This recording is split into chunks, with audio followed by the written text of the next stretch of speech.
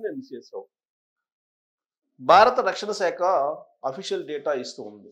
పాకిస్తాన్ సంబంధించినటువంటి పరిస్థితి ఏంటి, పాకిస్తాన్ ఎలా సేఫ్ సైడ్గా ప్లాన్ చేసింది అనేది కూడా వెల్లడిస్తుంది. ఎందుకంటే సివిల్ ఏవియేషన్ అంటే భారతదేశంలో ఉండేటువంటి ఎయిర్పోర్ట్స్లు కానీ లేదా పాకిస్తాన్లో ఉండేటువంటి ఎయిర్పోర్ట్స్ని కానీ కొన్ని మాత్రమే మూసేశారు. కొన్ని ఎయిర్పోర్ట్స్ ఇప్పటికి కూడా ఇంటర్నేషనల్ ఎయిర్లైన్స్ వస్తున్నాయి, ఇంటర్నేషనల్ విమానాలు వస్తూ ఉన్నాయి.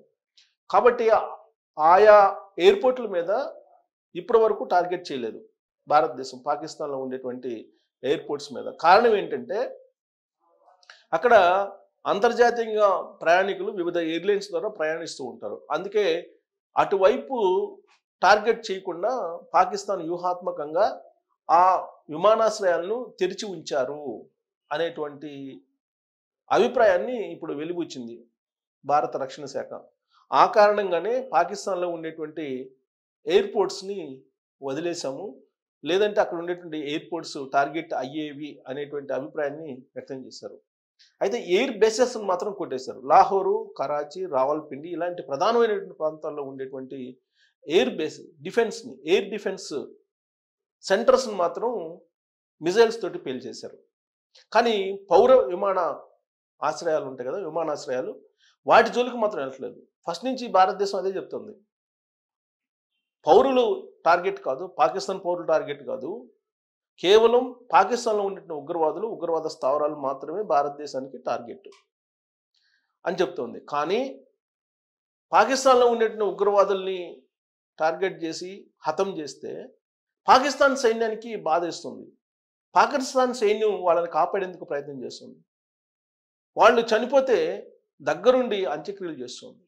పాకిస్తాన్ జాతీయ జెండాని కప్పి అధికారిక లాంఛనాలతోటి వాళ్ళకి అంత్యక్రియలు చేస్తూ ఉన్నారు. అంటే పాకిస్తాన్ ఆర్మీ ఉగ్రవాదులు వేరు కాదు అనేటువంటి సందేశాన్ని అంతర్జాతీయ సమాజానికి పాకిస్తాన్ ఇస్తూ ఉంది. ఫస్ట్ నుంచి కూడా భారతదేశం అదే చెప్తోంది. సో ఉగ్రవాద స్థావరాలని పూర్తి స్థాయిలో లేపేయడానికి మాత్రం భారతదేశం కట్టుబడి ఉంది. ఒక్క ఉగ్రవాది కూడా మిగలకుండా ఏరివేసేటువంటి కార్యక్రమానికి శ్రీకారం చుట్టాము. ఆ విషయంలో వెనక్కి వెళ్ళేటువంటి ప్రసక్తే లేదని చెప్పి భారత రక్షణ శాఖ అనౌన్స్ చేస్తుంది అఫీషియల్గా.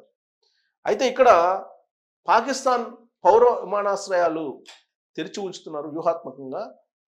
అటువైపు మిజైల్స్ వెళితే అంతర్జాతీయంగా ఉండే ప్రయాణికులకు కూడా నష్టం జరిగే అవకాశం ఉంది, వాళ్ళ ప్రాణానికి కూడా నష్టం కలిగేటువంటి అవకాశం ఉంది. అందుకే వ్యూహాత్మకంగా పాకిస్తాన్ అన్ని ప్రాంతాల్లో ఎమర్జెన్సీ ప్రకటించింది, సైరన్లు మోగిస్తుంది. రావల్పిండిలో కానీ, కరాచీలో కానీ, లాహోర్లో కానీ అన్ని చోట్ల ఎమర్జెన్సీని ప్రకటించి సైరన్లు మోగిస్తుంది, యుద్ధ సైరన్లు మోగిస్తుంది, ప్రజల్ని అప్రమత్తం చేస్తుంది. కానీ అక్కడ ఉండేటువంటి అంతర్జాతీయ పౌర విమానాశ్రయాలను మాత్రం మూసివేయటం లేదు. దానికి కారణం ఏంటంటే ఆ విమానాశ్రయాలను టార్గెట్ చేస్తుందేమో భారత ఆర్మీ అనేటువంటి ఉద్దేశంతో వాటిని మూసివేయకుండా కంటిన్యూ చేస్తుంది అనేటువంటి అభిప్రాయాన్ని ఇప్పుడు భారత రక్షణ శాఖ వెలుబుచ్చుతుంది. ఇప్పుడు పాకిస్తాన్ పరిస్థితి ఏంటి వాస్తవంగా అంటే, ఒకవైపు Balochistan liberation tigers, Balochistan liberation army ఎన్నో సంవత్సరాలుగా వాళ్ళు ప్రత్యేక దేశాన్ని కోరుకుంటూ ఉన్నారు. దానికి సంబంధించి వాళ్ళు పోరాడుతూ ఉన్నారు. కానీ పాకిస్తాన్ ఇవ్వట్లేదు. పాకిస్తాన్ ఆర్మీని దించి వాళ్ళని హింస పెడుతూ ఉన్నారు. వాస్తవంగా అక్కడ ఉండేటువంటి బెలూచిస్తాన్లో ఉండేటువంటి స్థానికుల్ని పాకిస్తాన్ సైన్యం హింసించడంతో పాటు మహిళల్ని కించపరుస్తూ ఆ మహిళల ఎదుటినే వాళ్ళ భర్తల్ని తీసుకెళ్ళిపోయి నానా రకాలుగా హింస పెట్టి అసలు కొంతమందిని అయితే మళ్ళా తిరిగి పంపిస్తున్నారో లేదో కూడా తెలియని పరిస్థితి. అలాంటి సిచ్యువేషను బెలూచిస్తాన్లో పాకిస్తాన్ ఆర్మీ కలిగించింది. అందుకే బెలూచిస్తాన్ లిబరేషన్ ఆర్మీ పాకిస్తాన్ మీద తిరుగుబాటు బావుట ఎగురవేసింది. ప్రస్తుతం పాకిస్తాన్ మీద భారతదేశం యుద్ధానికి దిగింది కాబట్టి ఇదే సరైనటువంటి సమయం అని చెప్పి బెలూచిస్తాన్ లిబరేషన్ ఆర్మీ ఏం చేస్తుందంటే పాకిస్తాన్ జెండాల్ని పీకపడేసి బెలూచిస్తాన్ లిబరేషన్ ఆర్మీ జెండాల్ని అక్కడ పాతుతుంది.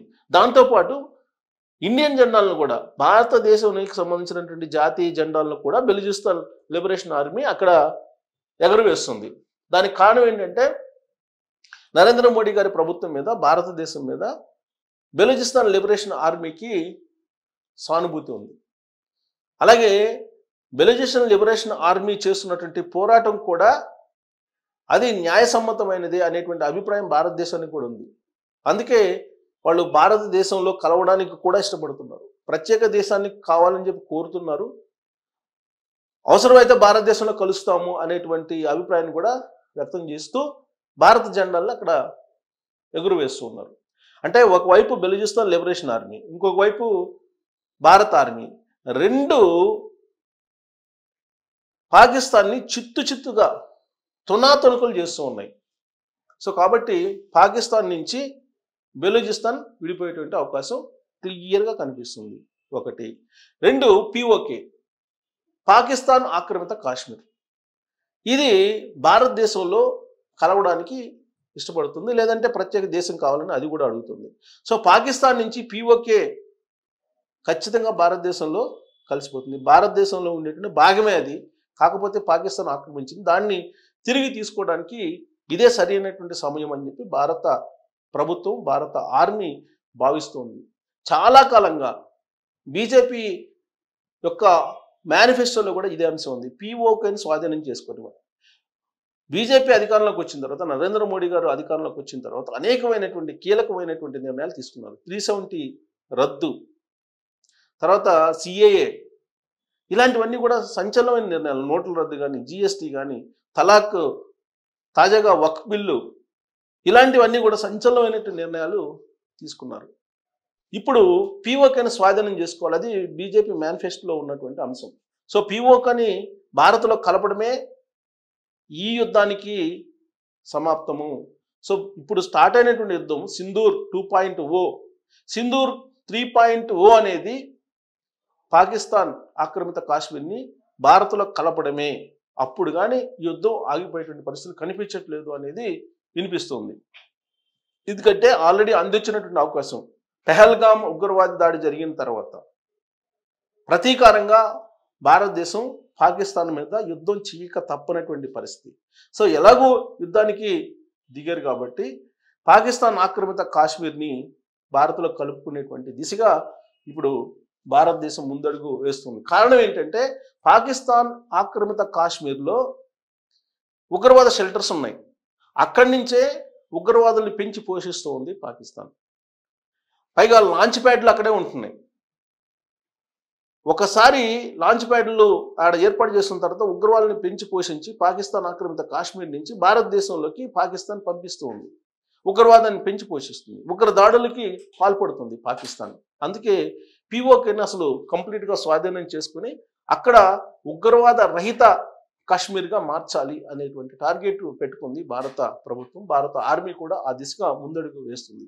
సో కాబట్టి సింధూర్ 3.0 ఖచ్చితంగా పిఓకేని స్వాధీనం చేసుకోవడమే అనేది వినిపిస్తూ ఉంది. సో ఆ దిశగా వెళ్తున్నటువంటి భారత ఆర్మీ పాకిస్తాన్ని ఖచ్చితంగా 3 ముక్కలు లేదంటే 4 ముక్కలు. ఎందుకంటే 4వ ముక్క నేను ఎందుకు చెప్తున్నానంటే పాకిస్తాన్లో ఉండేటువంటి సింధు ప్రాంతం అంటే పంజాబ్ ప్రాంతం, పాకిస్తాన్లో ఉండేటువంటి పంజాబ్ ప్రత్యేక దేశాన్ని కోరుకుంటుంది చాలా కాలంగా. ఎందుకంటే పాకిస్తాన్కి పంజాబ్ ప్రాంతము అత్యంత విలువైనది, దాదాపుగా ఆర్థిక అంశంలో కీలకమైనటువంటి భాగం పంజాబ్ది. సో కాబట్టి పంజాబ్ ఇప్పుడు స్వతంత్ర ప్రతిపత్తిని కోరుకుంటుంది. అంటే పాకిస్తాన్ 4 ముక్కలుగా విడిపోతుంది. పంజాబ్ ఒక దేశం, బెలూచిస్తాన్ మరో దేశం, పాక్ ఆక్రమిత కాశ్మీరు భారతదేశంలో కలిసిపోతుంది, పాకిస్తాన్ ఒక భాగం. అంటే 4 ముక్కలు కాబోతుంది అని చెప్పి ఈ యుద్ధం కారణంగా భవిష్యత్తు జరగబోయేది ఒక ఊహగా కనిపిస్తుంది, ఒక అంచనాగా కనిపిస్తుంది. మరి ఆ దిశగా భారత ఆర్మీ లేదా భారత ప్రభుత్వం వెళ్తుందనంటే ఇప్పుడున్నటువంటి పరిస్థితుల్లో పాకిస్తాన్ మీద జరుగుతున్నటువంటి యుద్ధాన్ని కనుక మనం గమనిస్తే పాకిస్తాన్ కంప్లీట్గా నిర్వీర్యం అవుతుంది, కంప్లీట్గా క్లోజ్ అయిపోతుంది. ఆ దేశానికి సంబంధించినటువంటి ఆయుధ సంపత్తి ఇప్పటికే అక్కడ ఆల్రెడీ చైనా ఇచ్చినటువంటి డ్రోన్స్ను ఉపయోగిస్తున్నారు, మిజైల్స్ను ఉపయోగిస్తున్నారు, అయినా ఫలితం లేదు. టర్కీ పంపిస్తున్నటువంటి డ్రోన్స్ను ఉపయోగిస్తున్నారు, అయినా ఫలితం లేదు. ఇప్పుడు తాజాగా ఇరాన్ పంపిస్తుంది అంటున్నారు. సో ఇరాన్ పంపించేటువంటి డ్రోన్స్ని ఒకేసారి 300 డ్రోన్స్ని భారతదేశం మీద వదిలేయాలంటున్నారు. అంటే ఇప్పటికీ కూడా భారతదేశం మీద యుద్ధానికి సిద్ధమైనట్టనే పాకిస్తాన్ వాతావరణం కనిపిస్తున్నటువంటి క్రమంలో 3.0 సింధూర్ 3.0 ఖచ్చితంగా ఉండేటువంటి అవకాశం కనిపిస్తూ ఉంది. ఆ 3.0 పాకిస్తాన్ ఆక్రమిత కాశ్మీర్ని భారతదేశంలో కలుపుకోవడమే అనేది వినిపిస్తున్నటువంటి క్రమంలో అది సాధ్యమా అనే దాని మీద మీరు కామెంట్ చేయొచ్చు. Thank you.